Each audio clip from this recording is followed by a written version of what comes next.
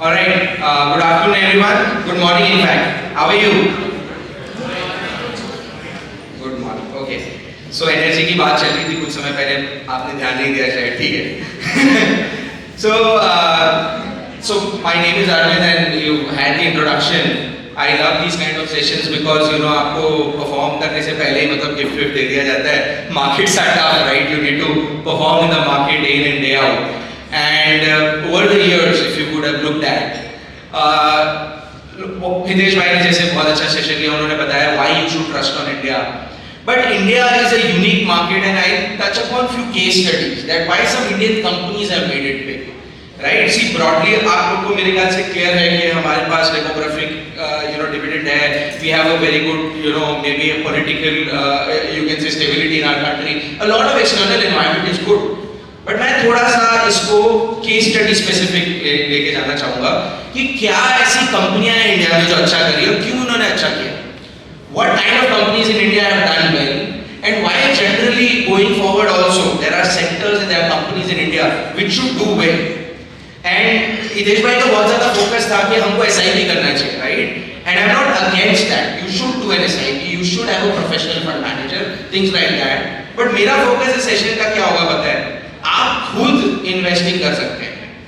Can you yourself start investing in stocks directly?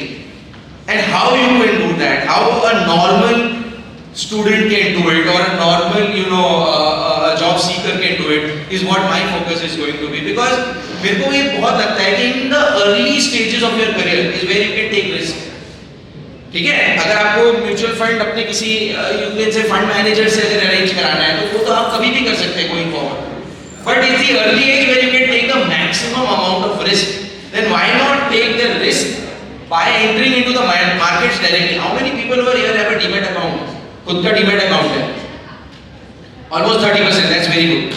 So ये change है. अगर ये same question मैं आज से 5-7 साल पहले पूछता तो मेरे ख्याल से 5% लोगों के पास है, 0% लोगों के पास demat account होगा. आज 30-35% of the audience has the demat account. Right? कितने लोग active investing करते हैं? demat account तो है लेकिन investing भी करते हैं. The number has reduced to maybe 20% of it, right? So ये जो culture है of investing directly into the markets, why it should be done at an early age? मैं students को कई बार ये jokingly बोलता हूँ कि आप अभी college में हैं, right? And अगर आपको कोई लड़की पसंद है, right? So this is the stage where the risk is minimum to approach her and propose her, है ना? क्या हो जाएगा? आपकी क्या ऐसी reputation है मार्केट में या अपने फ्रेंड्स के बीच में? चाटा ही तो मार देंगे ना? At best यही होगा. What is your loss? But मान लो आपने ये आज नहीं किया and you settle in your life, you married और किसी reunion में वो लड़की वापस से आपको मिली, आपको लगता है यार जिंदगी ऐसे तो नहीं हम मतलब स्पेंड कर सकते यार, मतलब तब नहीं प्रपोज किया लेकिन आज बनता है, मतलब एक रिस्क लेना तो बनता है. Now you spoil a lot of things if you do this at this stage, right? So taking risk at an appropriate stage in life is also important. And if you fail at investing maybe early in your career, कितना पैसा loose कर दोगे? See, I'm not propagating कि आप F&O करो, ठीक है? I'm not propagating कि आप जाके futures and options में खेलो. But direct stocks में अगर आप invest करते हैं, you lose 40-50% of your capital. मान लो 100% of your capital you lost. But कितना पैसा होगा वो? किसी ने 5,000 डाला होगा, 10,000 डाला होगा. Don't borrow and invest, please. But direct investing अगर आज आप करना चालू करते हो, and your downside is just few thousands of rupees, but the upside is a lifetime of learnings which you can take forward. Either you make it as your career or you do it in your, whatever profession you are, as your own investing principles that you would have devised. And I have seen professionals who are working with TCS, Infosys, whatever, engineers, not commerce graduates, doing direct investing themselves and maybe retiring at 40-45 years of age with a portfolio of 15-20 crores. How they build that? Because during their career, they spend their weekends understanding direct companies. I know investor Mr. Naresh Kataria from Chennai. He's a very dear friend. In fact, I grew up को friend बोलते हैं मेरे को अलग बात है क्योंकि काफी research हम साथ में करते हैं. He was working with TCS. उन्होंने एक simple idea identify किया कि 2003-4 में प्रेशर कुकर का बहुत ज़्यादा यूसेज बढ़ रहा था कंट्री में, राइट? प्रेशर कुकर लोग यूज कर रहे थे और टेलीविजन में उस समय ऐड आ रही थी प्रेस्टीज की, जो बीवी से करे प्यार वो प्रेस्टीज से कैसे करे इनकार, है ना? And that was a very impactful add, क्योंकि आपकी बीवी फिर आपसे मांगने वाली है कि आप यार प्यार करते हो तो देखो ये प्रेस्टीज तो बनता है, right? So that and wedding gifting, अगर आप देखो वेडिंग्स में लोग गिफ्ट कर रहे हैं pressure cooker, so that was a market which was growing up. But Prestige अगर आप देखो तो एक लिस्टेड कंपनी है, हॉकिंस भी लिस्टेड कंपनी है, दोनों कंपनियां जो लीडर है मार्केट की. आप किसी भी डिस्ट्रीब्यूटर के पास चले जाओ, आपको वो यही दो कंपनी का प्रेशर कुकर बेच रहा है, तीसरी कोई कंपनी नहीं है, राइट? लेकिन दोनों की बैलेंस शीट आप उठा के देखते हो और प्रॉफिट एंड लॉस उठा के देखते हैं तो प्रॉफिट नहीं बन रहा है. आपको लगेगा यार ये तो कंपनी में प्रॉफिट नहीं बन रहा है और ब्रांड इतना बड़ा बोलते हैं, लेकिन प्रॉफिट किस लिए नहीं बन रहा था? नरेश जी ने सिंपल क्वेश्चन पूछा, उन्होंने देखा मार्केटिंग एक्सपेंसेस बहुत ज्यादा है, सेल्स का 20% तो मार्केटिंग में जा रहा है. जब आपकी सेल्स का 20% पैसा मार्केटिंग में जा रहा है तो पैसा कैसे बनेगा? ग्रॉस मार्जिन अच्छा है धंधे में, एक प्रेशर कुकर बेचने में 55-60% मार्जिन है, right? But the money is going into right now the other overheads of the factory and every the office and everything and marketing. ये उन्होंने जजमेंट लिया कि आज इंडिया में अगर मान लो XYZ, मान लो 10 लाख प्रेशर कुकर का मार्केट है, ये 10 करोड़ प्रेशर कुकर का मार्केट बन सकता है क्या? Right? Can there be a 10 crore pressure cooker market? It was very obvious कि ये बनने वाले हैं over the years. और ये बनाएगी कौन सी कंपनियां? ये दो कंपनियां. आज जो ये मार्केटिंग कर रहे हैं उससे इनको क्या 100x मार्केटिंग स्पेंड करना पड़ेगा आज से 10 साल बाद? The answer was no. So आज अगर आप देखो इन सबकी marketing has reduced to 3%, 4% of the turnover, which used to be so high. And the profitability जो शायद 10 लाख 5 लाख होगी वो बढ़ के 50 करोड़ 70 करोड़ हो गई है. And the stocks have gone up 100x 200x. 5 रुपए का हॉकिंस कुकर आज 2500 रुपए का है. आगे बात आपको समझ में? Prestige has gone up 100x and that is where the wealth of mister Naresh Kataria was made. क्यों? क्योंकि जैसे अर्निंग्स बढ़ी खर्चे उस तेजी से नहीं बढ़े, मार्केटिंग उतनी मल्टीप्लाई नहीं हुई, तो PAT multiplied by a huge margin. और जब ये बिजनेसेस मैच्योर हो गए तो इन्वेस्टर्स उसको और ज्यादा भरोसा करने लगे. म्यूचुअल फंड्स आए इन्वेस्ट करने के लिए, बाहर के फॉरेन फंड्स आए इन्वेस्ट करने के लिए. तो जो स्टॉक को जनरली वैल्यू उसके प्रॉफिट पे, आपको पी मल्टीपल समझ में आता है? पी मल्टीपल क्या होता है? कि आपकी प्राइस टू अर्निंग्स रेशियो जिसको बोलते हैं, सिंपल मल्टीपल है कि आपका अर्निंग्स पर शेयर समझ में आता है आप लोगों को, अकाउंट्स में तो सीखा ही होगा. आपका PACS multiply divide by number of shares करोगे तो आपको आएगा ईपीएस क्या है कंपनी का, राइट? तो अगर 10 रुपया हॉकिंस कुकर कमा रहा है और वो 100 रुपए पे ट्रेड कर रहा है, आज का share price is 100, that means P multiple is 10. कि आपका पर 1 रुपी ऑफ अर्निंग्स उसको मार्केट में 10 रुपए का वैल्यू मिल रहा है.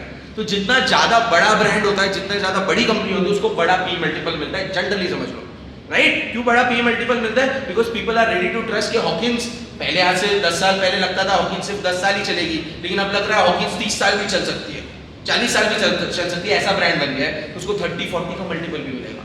तो हुआ ये, इन कंपनी की अर्निंग्स तो 10x से ही बढ़ी होगी मान लो, या 15x से ही बढ़ी होगी, लेकिन पी मल्टीपल जो चल रहा था 5 या 10, वो पी मल्टीपल भी हो गया 30 या 40.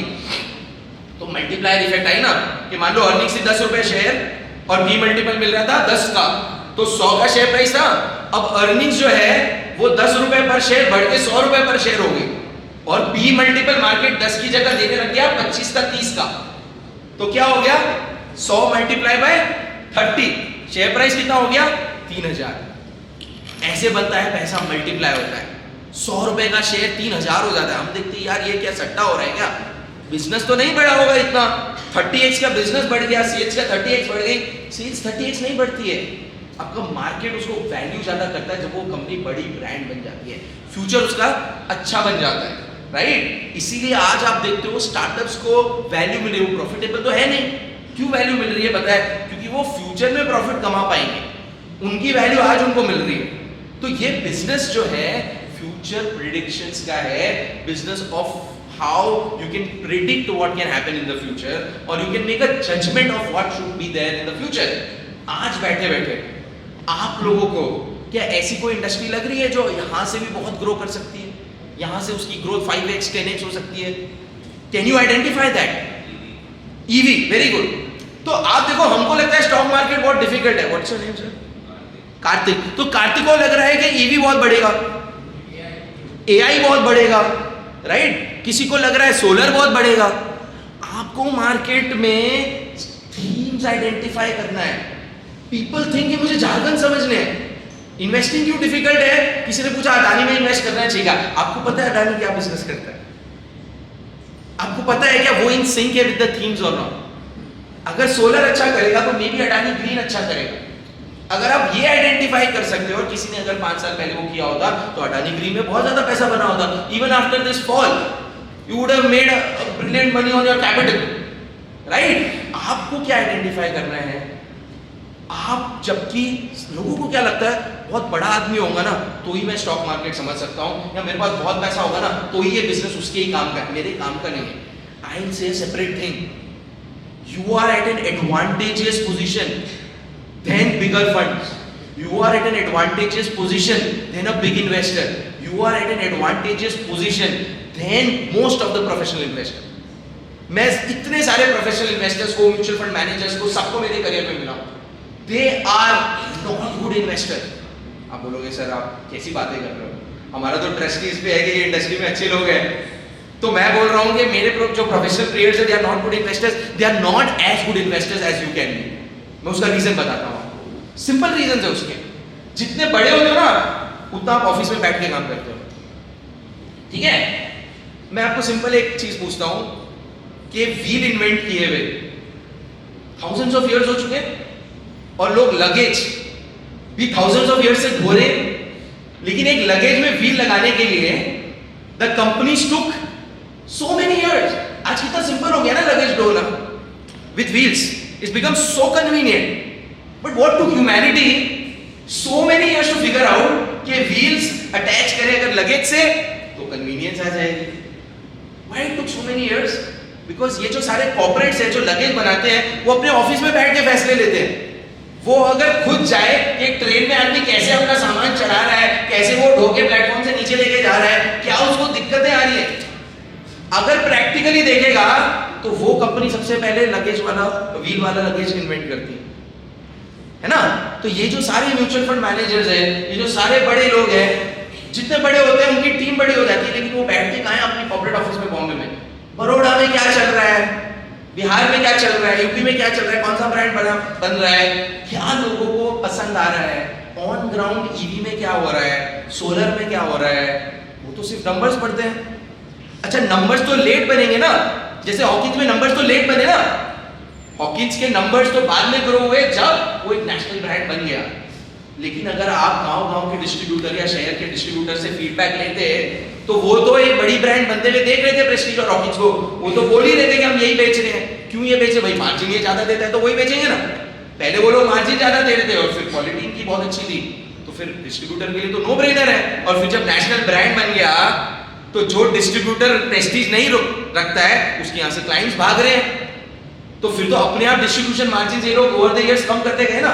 एक समय पे जब एक डिस्ट्रीब्यूटर को 25 से 30% मार्जिन मिलता था, आज हॉकिंस में उसको सिर्फ 4% मार्जिन मिलता है। ओनली 4% मार्जिन पे कोई डिस्ट्रीब्यूटर क्यों काम कर रहा है?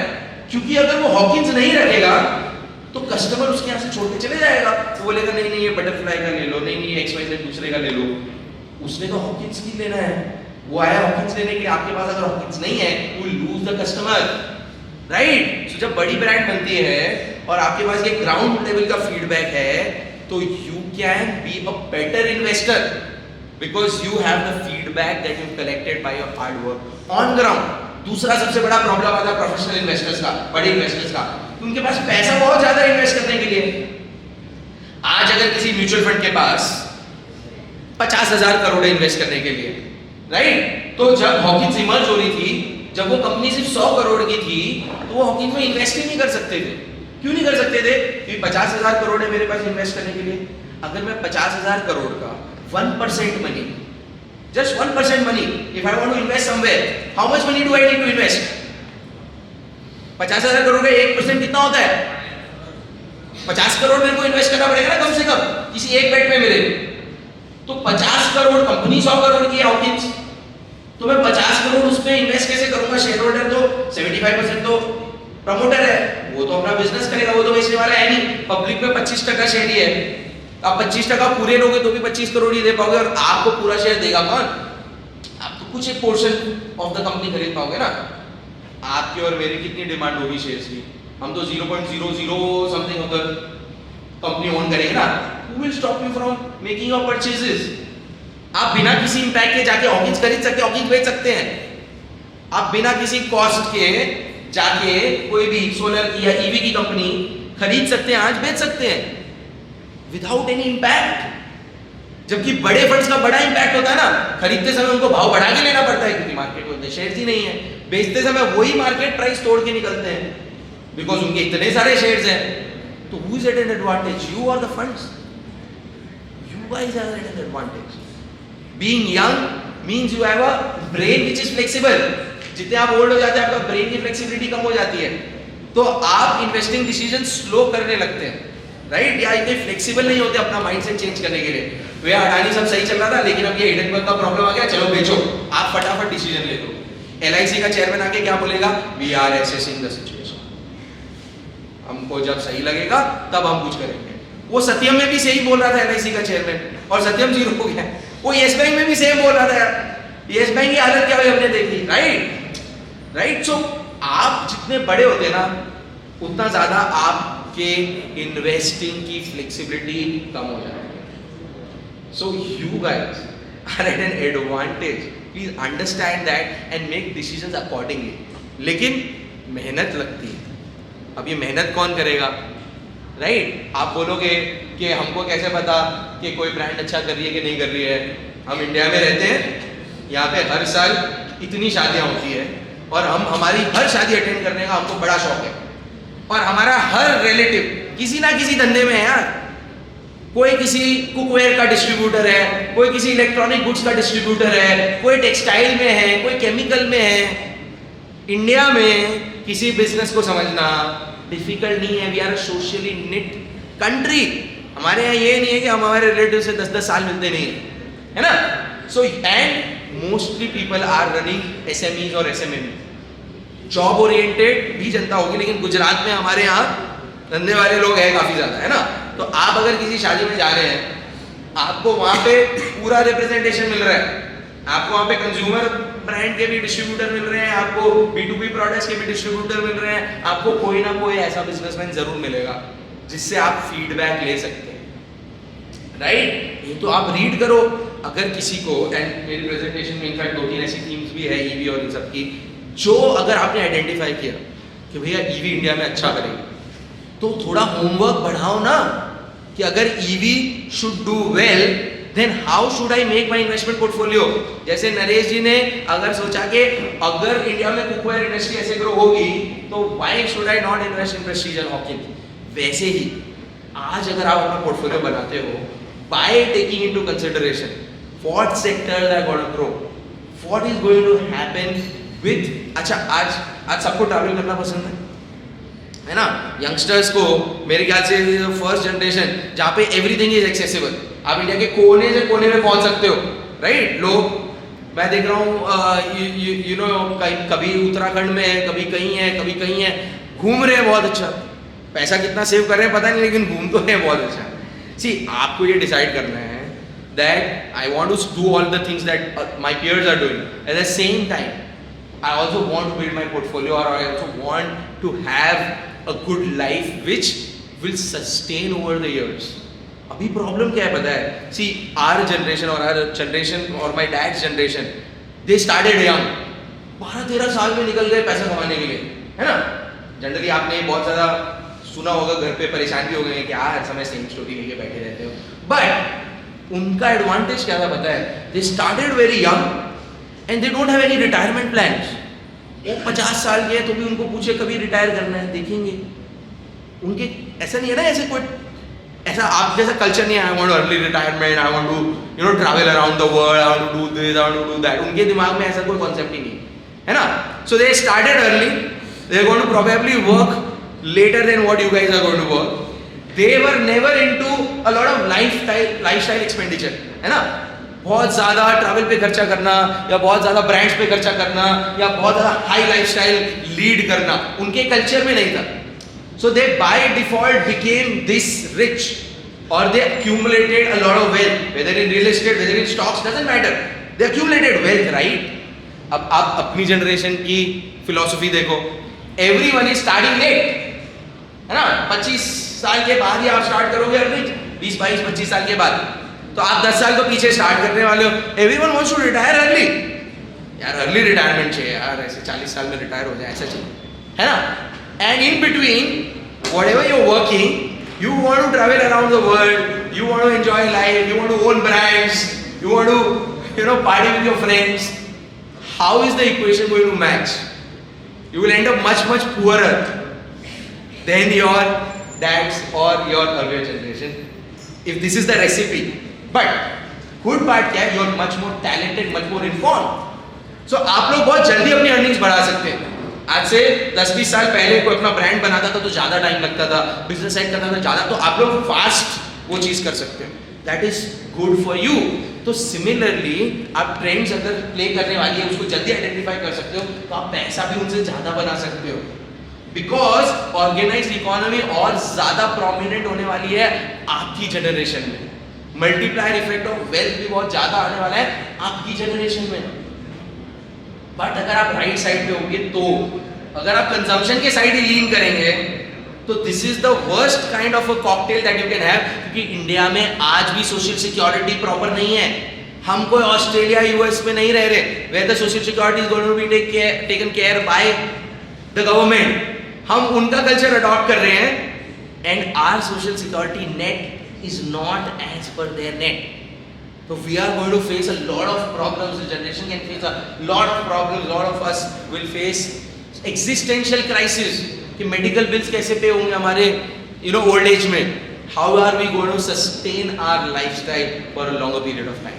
Hence investing is very necessary.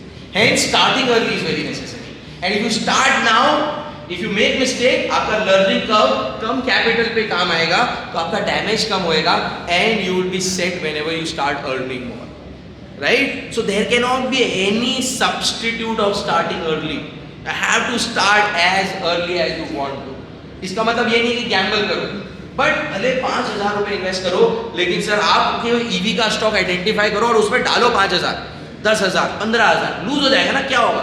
Learning होगी ना. क्योंकि अगर पैसा डालोगे ना, तो ही वो चाबी आएगी अंदर उसको ट्रैक करने की. नहीं तो कोई मोटिवेशन नहीं है.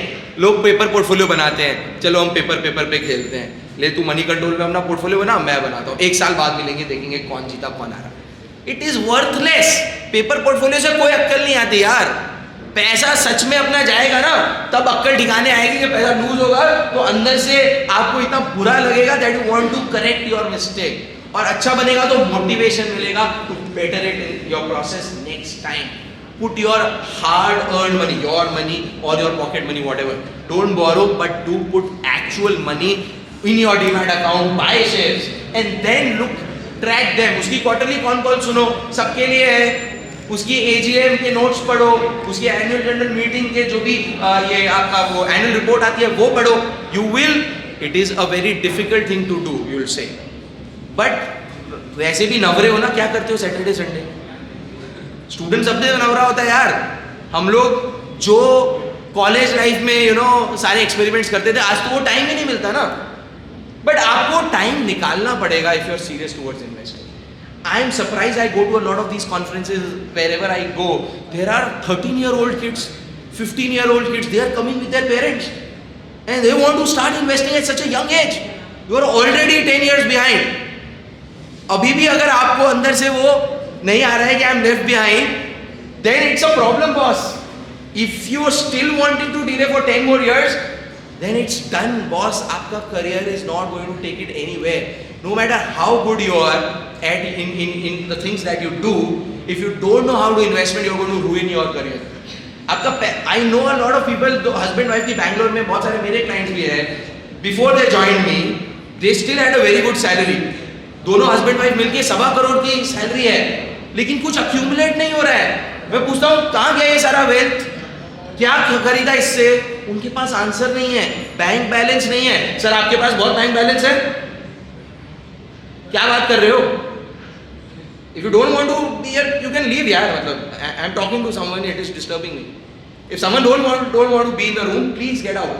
I'm not here to entertain everyone. Whoever 10 people want to do, they are getting disturbed. Sorry for that. But see, this is the problem ना. आपको अगर आपने बहुत कुछ अचीव कर लिया इन्वेस्टिंग में, if you're not paying attention, then it's okay. But boss, if you're not achieved, then maybe you should take care. कुछ शायद आपका benefit हो जाए. Anyway, the point is that over the years, I've seen a lot of young professionals having earnings of 50 lakhs, 80 lakhs, 1 crore. But जब मैं पूछता हूँ आपकी वेल्थ कितनी है सर, आप मेरे को क्या मैनेज करने के देने वाले, सर 10 लाख से स्टार्ट करते हैं. 10 लाख बस, पैसा कहाँ गया? अरे यार वो कभी एक तो वो कोई बैंगलोर के बाहर कोई वो घर खरीद लिया था, बोले वो घर यूज करते नहीं, बोले ऐसे आउट हाउस है तो जाते हो क्या, बोले नहीं यार टाइम नहीं मिलता है. बोले क्यों खरीदा? तो दोस्त ले रहा था तो ले लिया. ठीक है, BMW में घूम रहे, आउट हाउस खरीद लिया है, राइट. फितूर दुनिया भर के पैसा कमाया है लेकिन अक्यूमुलेट नहीं किया है. I have a client of mine 6 साल से उसको मैंने उसकी कार अपग्रेड नहीं करने दी है, लेकिन आज उसका 5 करोड़ का पोर्टफोलियो बन गया. His wife is every time when I go to Bangalore scolding me, यार आपकी वजह से हमारे दोस्त हमको चिढ़ाते हैं. बोला दोस्तों को भी 5 करोड़ का बताना शेयर का पोर्टफोलियो, तो चिढ़ाना बंद कर देंगे. Right? How could they do it? Because they started to concentrate of now accumulating the wealth. It is late in their, you can say, earning life. But if they started early, they could have done much more. But the point is, if they didn't do that, they were staring at a retirement in 10 years with no accumulated wealth, with such high paying job. आपको लगता है उनकी lifestyle एकदम से degrade कर पाएंगे? वो नहीं कर पाएंगे ना. You need wealth to sustain you.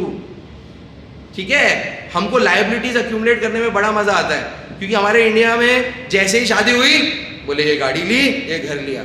अरे पैसा कब कमाओगे फिर? EMI भरते रहोगे ना. क्यों सोशल प्रेशर में जाना है, क्यों शादी में ज्यादा स्पेंड करना है, और क्यों उसके बाद रिलेटिव्स को दिखाने के लिए गाड़ी भी अच्छी लेनी है, घर भी अच्छा लेना, और फॉरेन वेकेशन तो जाना ही जाना है साल में इतना. राइट? जाओ, मैं मना नहीं बोल रहा हूँ, but have the other things planned to. If that is not done, 10 साल ये सब मजा आएगा. और जो ये सारे आपके दोस्त जो देखा देखी कर रहे हैं, वो 10 की बैलेंस शीट अगर उठा के देखोगे ना, दे struggling. In fact, India is a country where there is a lot of financial indiscipline. Lot of professionals today are asking this question, boss, पैसा कमाया तो सही, गया कहाँ पे? People don't know. Because when they are making these decisions, these choices, they don't realize what kind of decision would lead to where. It's very, very important for you at a young age, because you start late, then it's gone. You cannot accumulate it. So scuttlebutt investing proponent Philip Fisher है, but एक book मैं आपको बोलूँगा, you should definitely read, and it's the only book required. आपको कोई 1000 book नहीं पढ़नी है. ठीक है? तो there is a book by Peter Lynch, one up on Wall Street. बहुत बढ़िया बुक है. वो एक बुक इतनी सिंपल बुक है, 200 पन्ने की, 200 पन्ने की बुक है. आप 2 दिन में पढ़ लोगे. एक नाइट थोड़ा एक्स्ट्रा लेके वीकेंड पे पढ़ लेना. उससे बाहर आपको स्टॉक मार्केट का कोई ज्ञान नहीं चाहिए.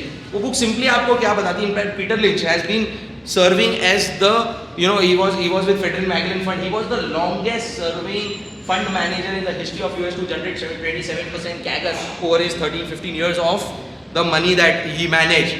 उसके बाद भी कोई ऐसा नहीं जन्मा, उससे पहले भी किसी ने इतना अच्छा ट्रैक रिकॉर्ड नहीं रखा. तो उन्होंने जो बुक लिखी है उसमें उन्होंने बहुत ये बोला है कि मैंने जो मेरा सबसे बड़ा पैसा बनाया ना, उसमें 3-4 हैबिट्स थी जो मेरी थी. एक था कि मैं मेरी वाइफ के साथ हमेशा शॉपिंग जाता था. बोले यार ये कैसी बात कर रहा है, वाइफ के साथ शॉपिंग जाने से कैसे आपका रिटर्न बना? बोले my wife was the consumer that I was looking for.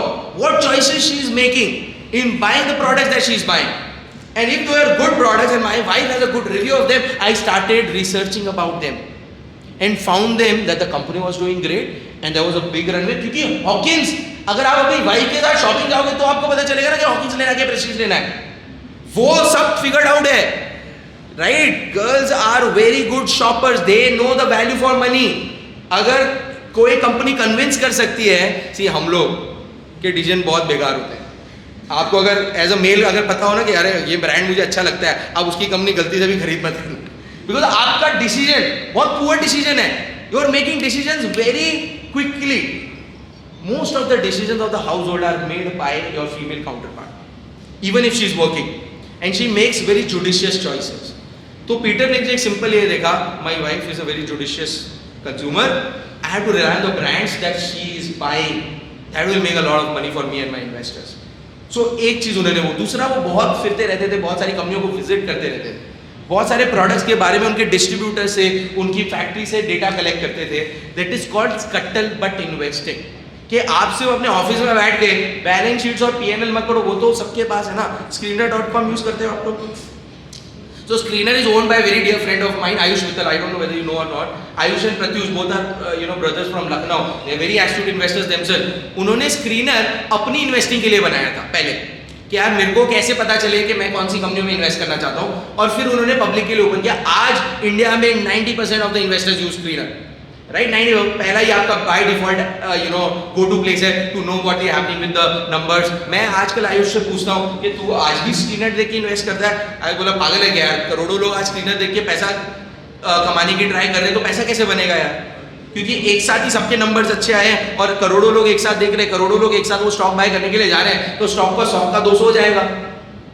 और ये लोग सभी एक साथ बेचने जाएंगे तो 400 भी गया तो भी वापस से 400 का गिर के 300 हो जाएगा. तो your money multiplier become very less if you just do Screener investing. करनी चाहिए, Screener भी पढ़ना चाहिए, very important tool to understand, because आपको फाइनेंशियल ड्यू डिलिजेंस भी करना चाहिए ना, आप तो कॉमर्स ग्रेजुएट्स हो.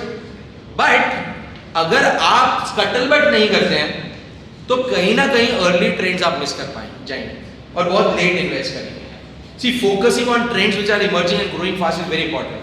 1995 में ट्रेंड इमर्ज हो रही थी, IT companies were growing at 50-60% per year, and तब Infosys TCS में इतना पैसा बना ना. अब थोड़ी बन रहा है Infosys TCS. लोग आज एग्जांपल देते हैं Infosys TCS बहुत अच्छी कंपनी, इन्वेस्ट करना चाहिए. अरे वो जर्नी जा चुकी, they become 500x 1000x since when they IPO'd, and they were growing at 50-60% then, they are growing at 5% 3% now. They will not be the multipliers of the future. आज EV है multiplier, it's growing at 50% per annum. Solar is a multiplier when it's growing at 30-40% per annum. Right? To identify fast growing companies. Right? So वो scuttlebutt बिना बड़ा मुश्किल है पता करना. ये ट्रेंड एस्टैब्लिश होने के बाद तो सबके पास इंफॉर्मेशन है, एस्टैब्लिश होने के पहले अगर आप आइडेंटिफाई करो then that is your edge. So that is scuttlebutt investing जो प्रोसेस है. हमारी फिलॉसफी में हम एंटरप्रेन्योर्स को बहुत रिस्पेक्ट करते हैं. अगर हमको कोई कंपनी अच्छी लगती है, हम सबसे पहला नाम करते हैं उसके एंटरप्रेन्योर का, पूरा हिस्ट्री ज्योग्राफी सब निकाल लेते हैं, वो कहाँ से बिलोंग करते हैं, उनका उन्होंने क्या क्या कंपनीज फाउंड की, उन्होंने क्या क्या किया है पास में, so that I am well versed with their activities. Right? जैसे बोरोसिल करके ब्रांड आपने सुना हो, तो Shreevar Kheruka when he came back after his studies he improved all processes at Borosil. Borosil brand तो बहुत अच्छा पहले से ही था. राइट? मेरे ख्याल से किचनवेयर में अगर कोई Borosil product, microwavable glass 80% India में बोरोसिल ही बेचता है. 80% of the microwavable glass in India is from Borosil limited.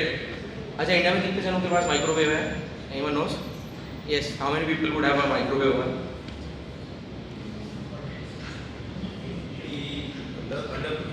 Under 50%, but roughly 15%, 20%, 25%, 40%, 10 to 20% is just 3%. 3% लोगों के पास माइक्रोवेव ओवन है यार. आप कौन सी दुनिया में हो? हमारे यहाँ 70% पॉपुलेशन रूरल एरिया में रहती है ना, तो वो तो साइड ही हो गई, उनके पास है क्या? See, these are mental models that you should have. किसी ने बोला high figure, I am not against you, but आप थोड़ा ये समझो कि कौन अफोर्ड कर सकता है microwave oven. Right? So if 70% population is out, फिर जो 30% बचते हैं उसमें से कुछ मेरी वाइफ जैसी है जो बोलती है microwave food is not good. ठीक है, that will get converted of course, but मैं बोल रहा हूँ कि बहुत कम जनता आज भी माइक्रोवेव अफोर्ड कर पाती है. तो ये 3% can it not go to 20%? It will go. Right? So if that grows, Borosil जो 70% ऑफ द मार्केट शेयर रखता है, कोई आज तक 15 साल में ब्रांड नहीं क्रिएट कर पाया उसके again, what is the chance कि वो आज कर पाएगा? And now Shreevar is at the helm. So Shreevar Kheruka, when he is at the helm, I have understood about him when he came back from US after his studies. उन्होंने सबसे पहला काम क्या किया पता है? अपना ट्रेडिशनल फर्नेस बंद कर दिया जो उनके फोर फादर्स ने लगाया था. बोले यार ये क्या कर रहा है, फर्नेस क्यों बंद कर रहा है? उसने सिंपली बोला हम ब्रांड बना रहे हैं, हमको मैन्युफैक्चरिंग करना है. I am building a brand. No, my profits in the brand are being eaten up by managing this company. I want all my money free for marketing. So उसने Germany, China से import करना चालू किया tubing. और सिर्फ convert करता है। India में कन्वर्जन मशीन छोटी सी आती है, डिजाइनिंग अपनी करता है, क्वालिटी कंट्रोल वहां पे सारा मेंटेन करता है, तो बेटर क्वालिटी प्रोडक्ट्स बना पाया, मच बेटर क्वालिटी जो यहाँ पे फर्नेस में बना रहे थे, एंड ब्रांड क्रिएट कर लिया इतना बड़ा, नहीं तो ब्रांड स्पेंड ही नहीं कर पाता ना। So I am seeing AGM after AGM his decisions and they have done well. उनका कोई डिनर सेट्स जो होते हैं, डिनर सेट्स में कोई प्रेजेंस नहीं था। They bought a company from Jaipur जो डिनर सेट्स में थी, राइट, जो ओपल वेयर हम जिसको बोलते हैं। तो ओपल वेयर में एक ही बड़ी कंपनी थी, लाओक्ला, राइट, एंड लाओक्ला के बाद लारा जो ब्रांड इन्होंने अक्वायर किया, आज वो सेकेंड लार्जेस्ट बन गई है इंडिया में, and with the new expansion it will become the largest in India along with you know La Opala. तो इंडिया में अगर 100 डिनर सेट बिक रहे हैं, 30-40 डिनर सेट ये दो ही कंपनियां बेच रही है, एंड धीरे धीरे मेलामाइन से हम शिफ्ट हो रहे हैं क्योंकि plastic ware is not good for health.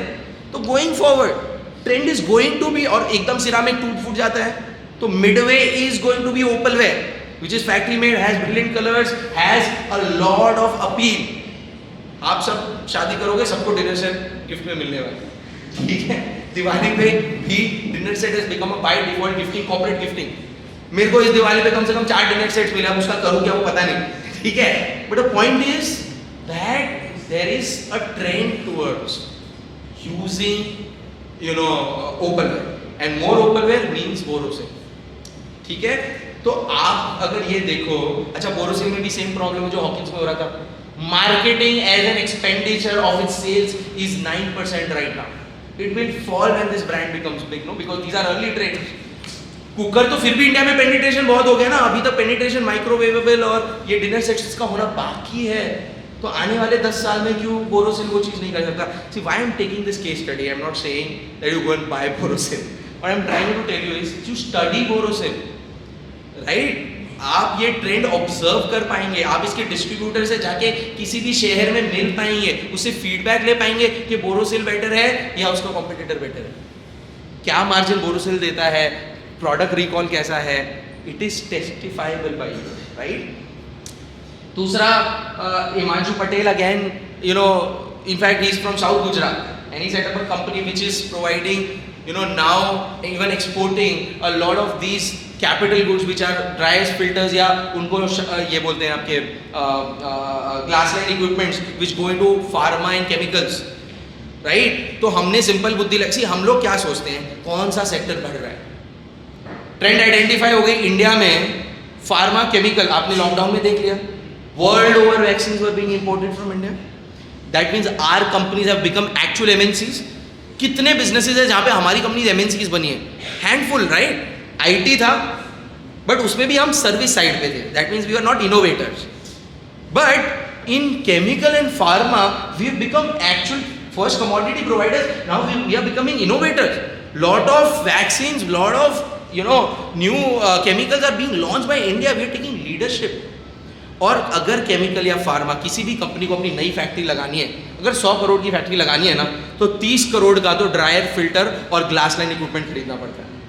और इंडिया में इनके पास 50% मार्केट शेयर था ड्रायर्स और फिल्टर्स में, और 30% मार्केट शेयर था ग्लास लाइन इक्विपमेंट में, right. That was the kind of high market share when we entered. इनकी प्रोडक्ट की वेटिंग 3 महीने थी, और जब ये 4-5 साल केमिकल और ये सब बहुत अच्छे चले, आज उनकी 48 महीना वेटिंग है प्रोडक्ट की। मतलब आज आप ऑर्डर दो, आपको 48 मंथ्स के बाद मिलेगा। That is dominance, no. See you identified a trend, लेकिन देखो मैं साइंस बैकग्राउंड से हूं नहीं, तो मेरे को क्या पता चले ये केमिकल में क्या जाता है, सिक्के, यू नो मेडिसिन में क्या जाता है। I could not have identified that you know Cadila would do good और XYZ other pharma company would do good. तो मैंने सिंपली क्या सोचा, ये लोग फैक्ट्रियाँ ज़्यादा बनाएंगे तो ये देखते हैं कि इनके सप्लायर्स कौन होंगे। पूरी चेन आइडेंटिफाई करी तो पता चला ड्रायर, फिल्टर ये इंपॉर्टेंस है। फिर पता करा कौन सप्लाई करता है, तो पता चला ये लोग सप्लाई करते हैं। मेहनत बढ़ गई मेरी थोड़ी, बट मेरे को एक ट्रेंड आइडेंटिफाई हो गई, तो we rode the whole wave. इन्होंने कंपनी खरीदी थी जो एक पार्ट ऑफ द बिजनेस है 96 करोड़ में, एंड आपके ये आनंद बेस्ड कंपनी है, स्विस ग्लासकोट नाम था उसका। 96 करोड़ में they bought that plant, and we were buying this company with the market cap was around 160-170 crore. ये प्रमोटर चेंज हो गए, स्विस ग्लासकोट जो थी ना, उनके जो प्रमोटर थे उनकी दोनों डॉटर्स US सेटल हो गई थी। तो हमको लगा यार उनको बिजनेस चलाने में इंटरेस्ट है नहीं, तो पता नहीं ग्रोथ आएगी कि नहीं आएगी, तो हम जाते थे AGM, अमीन भाई से मिलते थे, लेकिन हमेशा इन्वेस्ट नहीं करते थे. लेकिन जब हिमांशु पटेल और उनकी फैमिली इन्वॉल्व हुई, and luckily I knew the promoters because they were from south Gujarat, I knew their son. इनके यहाँ पे, इनके घर पे इनकी दीवारें स्लांट है कि धूल अक्यूमुलेट ना हो. They have patents how the flush in their bathroom should work. That's kind of technocrat family. I was very sure इनकी टेक्निकल कैपेबिलिटीज तो बहुत अच्छी. And at 1500 crores of valuation we introduce Malabar to them. उन्होंने 100 करोड़ दिया इनको. 96 करोड़ में जो plant खरीदा, 2 साल के अंदर इनको 100 करोड़ रुपया मिला सिर्फ 6% of the equity dilution. 1500 crore की valuation. And then it didn't stop over there. वो 96 करोड़ में जो इन्होंने प्लांट खरीदा, उसका वैल्यूएशन गया उसके बाद 8500 crore. And this has happened just in 4.5 years. This is the scale up that is happening even in traditional business. ये कोई स्टार्टअप की बात नहीं कर रहा हूं मैं जो आपके एडवर्टाइजमेंट बेसिस पे कस्टमर एक्वायर कर रहे हैं. These are hardcore businesses which are creating that wealth in India. और ये होते रहेगा because transition देखो आप. What was happening in China 20 years ago exactly is happening in India. Chemicals, pharma, heavy manufacturing, अभी textile. We are exporting to Walmarts of the world. We are exporting to all these big giants in UK and Europe. That is what is our country capable to do. आप बोलो इतने साल क्यों नहीं हुआ? क्योंकि इतने साल तक ये हमारे पास टेक्नोलॉजी नहीं थी.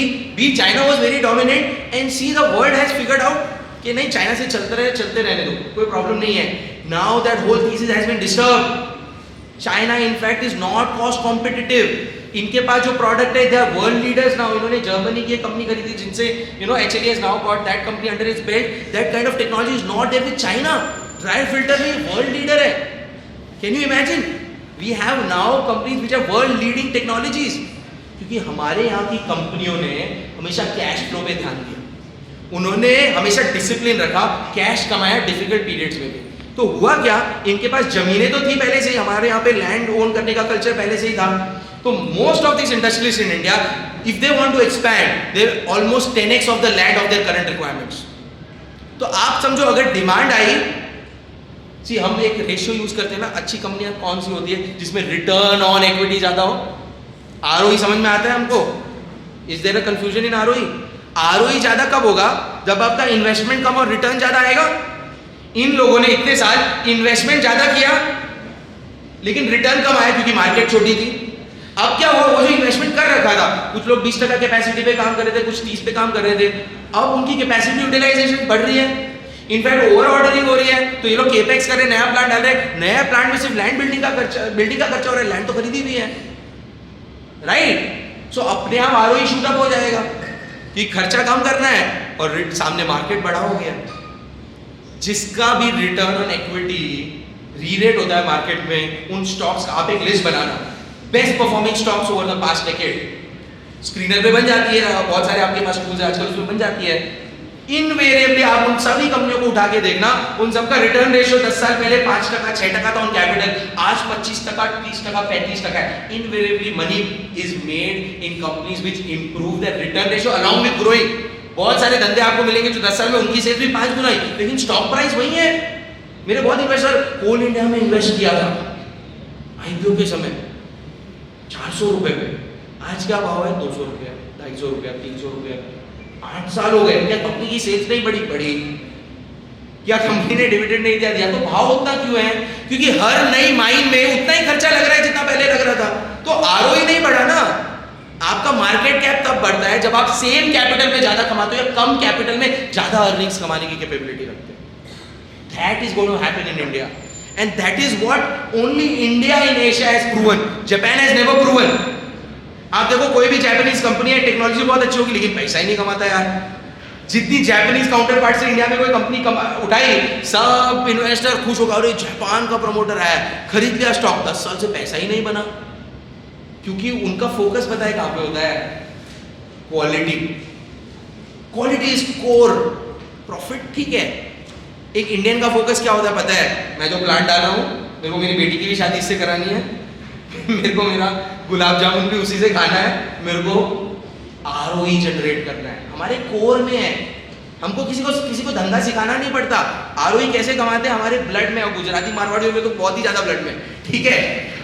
तो ये ये एरिया के प्रमोटर्स अगर आप उठाओ ना, मैं कई बार मेरी टीम को बोलता हूँ, मैंने गुजरात के बाहर किसी भी कंपनी में इन्वेस्ट किया ना, मैंने डाइल्यूट किया है, मेरे को गुजरात के बाहर जाना ही नहीं था इन्वेस्टिंग करने के लिए.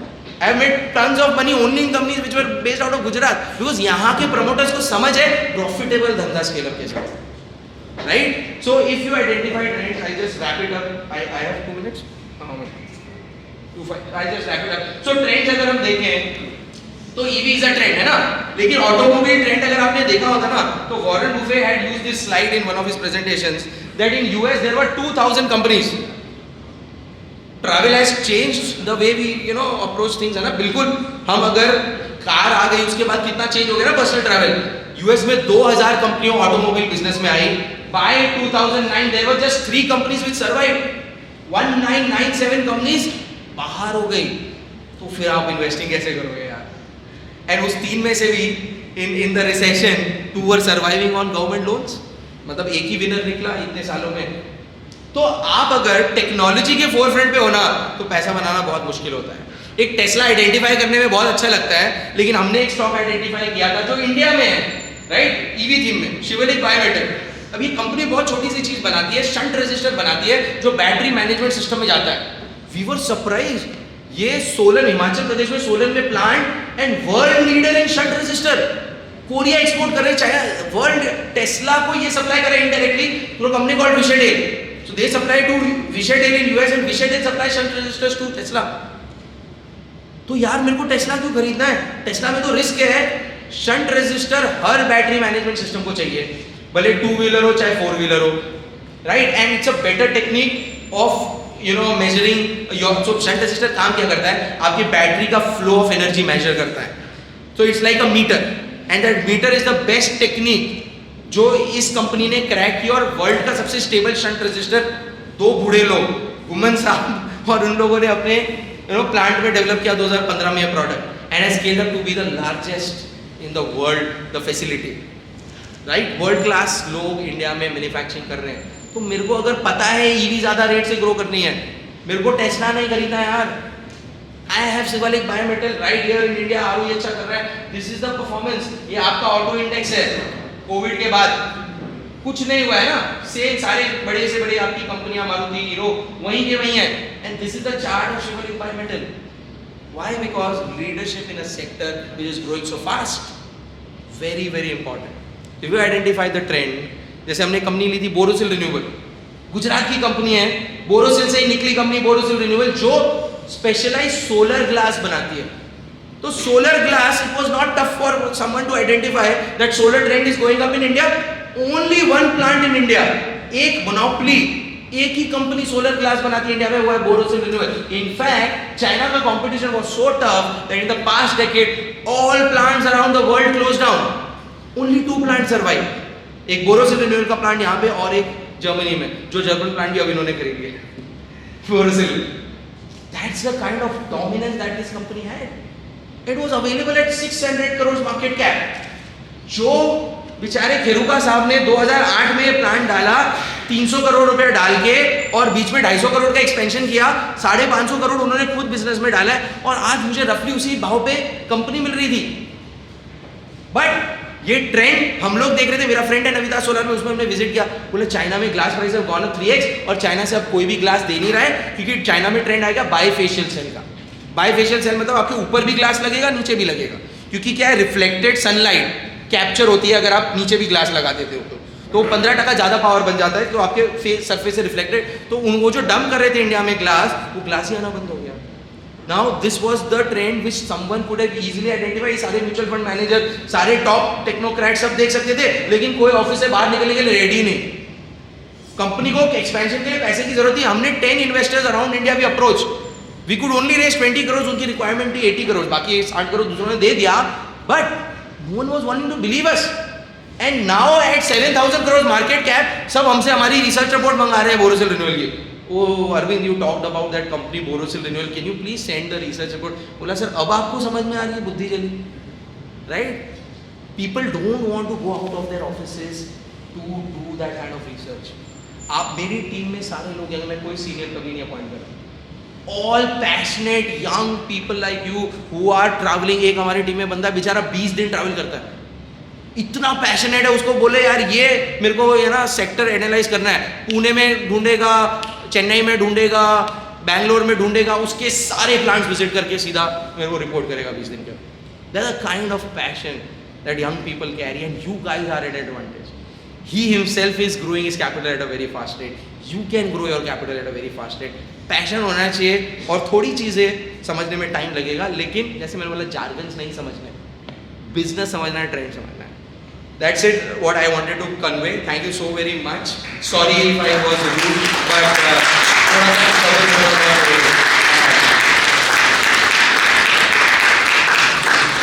Any questions from the audience? Yeah, if you guys have any questions, you can. If I have time, I will. Anyone has any questions, you can surely ask.